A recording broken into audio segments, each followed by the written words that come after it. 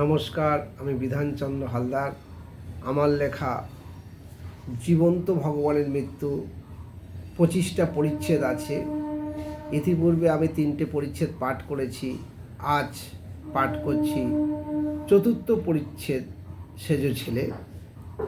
এই উপন্যাসটা পাঠ করার আগে যে কথাটা বারবার বলে থাকি, আমরা পড়াশোনা শিখছি, উচ্চশিক্ষিত হচ্ছি, চাকরি করছি, অথচ বাবা মায়ের চোখের জল মোচন করতে পারছি না। বাবা মাকে আমরা ডাস্টবিন মনে করি। সেই ভাবনাকে নিয়ে আমার উপন্যাস জীবন্ত ভগবানের মৃত্যু। সেখান থেকে আমি 4র্থ পরিচ্ছেদ পাঠ করছি, সেজ ছেলে। অ্যারিস্টটল একটা কথা বলেছিলেন, আসলে কেউ কাউকে ভুলে চায় না, শুধু প্রয়োজন ফুরিয়ে গেলে যোগাযোগ বন্ধ করে দেয়। তবু মায়ের মন সন্তানই হলো অমূল্য রতন। তবু মায়ের মন সন্তানই হলো অমূল্য রতন। মা হচ্ছেন যেমন একদিকে নারী, অন্যদিকে অভিভাবকের ভূমিকা পালন করে থাকেন। গর্ভধারণের ন্যায় জটিল কষ্ট বেমালুম ভুলে যায় মা ডাকে। তাই সমস্ত দুঃখ কষ্ট ভুলে সেজ ছেলে গোবিন্দ দিল্লিতে বিচারকের বাড়িতে গেল। দেশ বাড়ি থেকে একটি মেয়ে কাজের উদ্দেশ্যে দিল্লি যাচ্ছিল।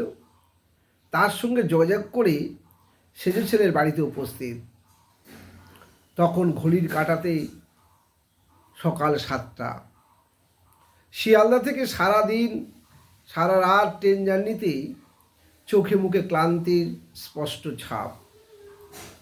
মাকে দেখে চমকে ওঠে গোবিন্দ। মা, তুমি কিভাবে এলে? এই তো পাশের বাড়ি ললিতা কাজ করতে আসছিল, তার সাথে এলাম খোকা। তুমি তো জানিয়ে আসবে মা। কিভাবে জানাবো খোকা? ফোন তো করতে পারতে। অনেকবার ফোন করেছিলাম রে খোকা, নিয়ম করে, কিন্তু তুই ফোন ধরবার সময় পাসনি। হ্যাঁ গো মা, ফোন ধরবার সময় পাইনি, বিচারক হিসাবে প্রচুর কাজ, তাই। তুই কোন কোর্টের বিচারক খোকা? দিল্লি। শ্যামলী দেবী বাড়ির ভিতরে প্রবেশ করার মুহূর্তে চোখে পড়ল ঘরের দেয়ালে। চমকে উঠলেন শ্যামলী দেবী। দেয়ালে দেয়ালে সূর্যের আলোকময় ছটা, চাঁদের জ্যোৎস্না প্লাবিত হচ্ছে কার্নিশে কার্নিশে। সুনামির মতো আনন্দের ঢেউ উপচে পড়ছে সারা বাড়ির কিনারায়।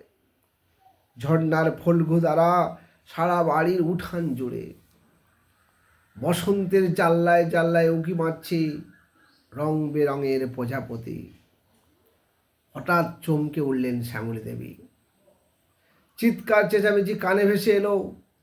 সেজ বৌমা শ্রীময়ীর কণ্ঠস্বর কানে ভেসে এলো। তুমি মাকে এক্ষুনি বাড়ি থেকে চলে যেতে বলো। মা অনেক আশা নিয়ে এখানে এসেছে। আশা? ভিখিরির বাচ্চাদের আবার আশা? আমার মাকে তুমি ভিখিরি বলছো? ভিখিরি বলবো না তো কি রাজদুলালি বলবো? পরনের কাপড় থেকে গন্ধ সারা বাড়িতে মম করছে। তুমি এক্ষুনি এই ভিখিরির বাচ্চাকে বিদায় না করলে আমি বাপের বাড়ি চলে যাব। বিচারক গোবিন্দবাবুর মাথা হেঁট।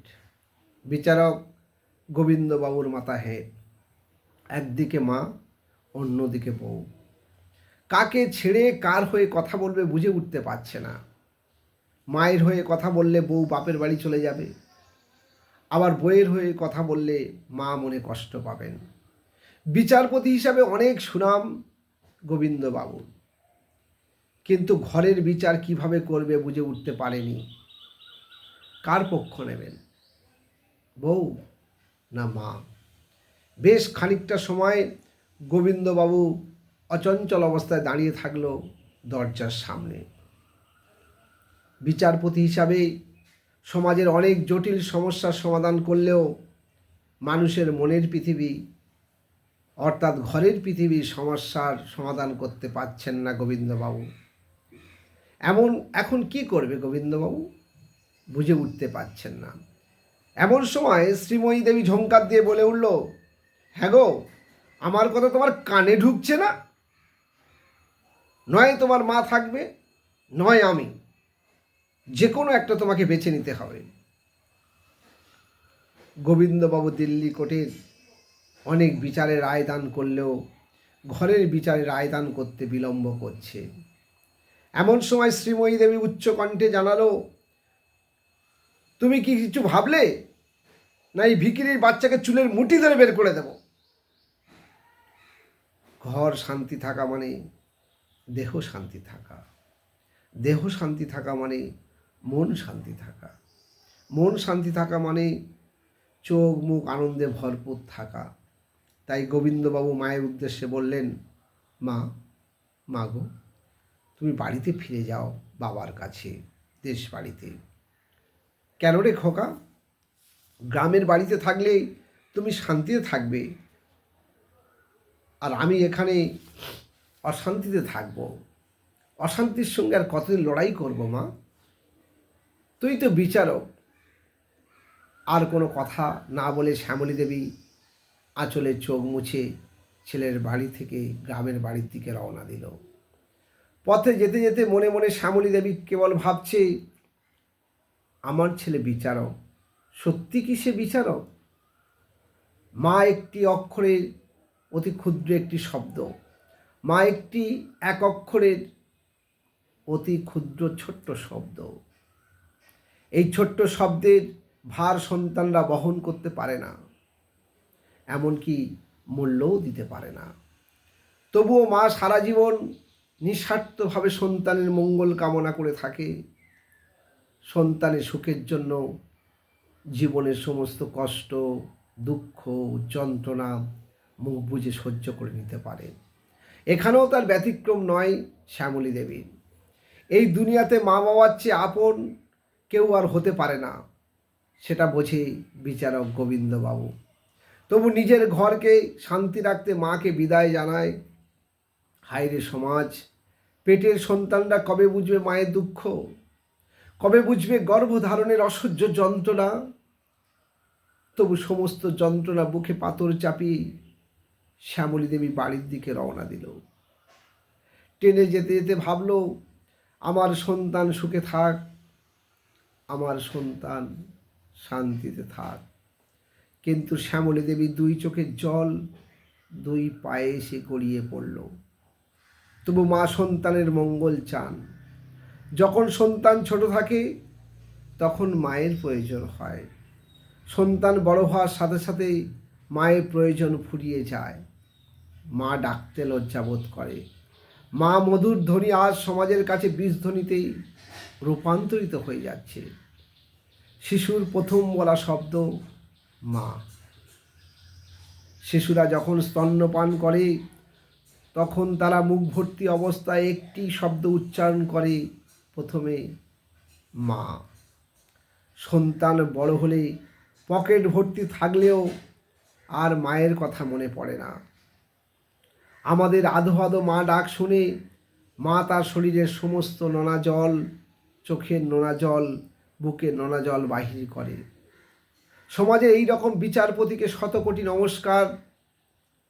পৃথিবীর সব দেশের মায়ের চোখের জল একই, পার্থক্য কেবল ভিন্ন নাম।